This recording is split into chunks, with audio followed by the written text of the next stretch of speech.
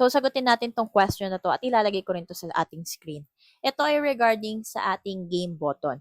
Hello, May ask, bigla pong nawala yung game icon ko kagabi, samantalang months ko na po siya nalalaro. Tapos pag open ko kagabi, wala na po ang game icon. Sana masagot niyo po. Salamat. So regarding on this, nasagot ko na rin naman po siya. And during my live house, every 9 p.m., from Tuesday to Saturday, sasagot ko naman yung mga questions ninyo. Isa to sa nasagot ko kanina. So, regarding on this, meron kasi tayong bagong update na kailangan po nating ma-reach muna ang Android na level 5, Vault and Live level 5.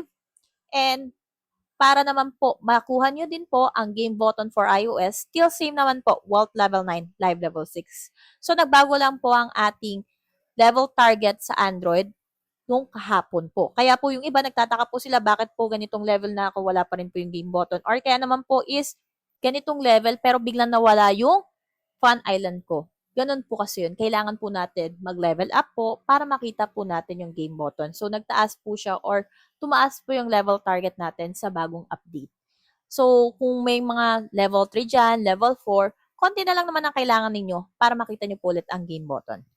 As I repeat, game moderately, and of course, this is for entertainment, for leisure. It's up to you if you would use it or maglalaro man kayo or magla-live stream po kayo. Okay? This is a live streaming platform. So, I suggest, mag-focus kayo sa pagla-live ninyo. Nasa inyo naman yan kung mag-games ka or hindi. So, if you have any questions, just drop by on my live every 9 p.m. My user ID is 79170. So, thank you so much.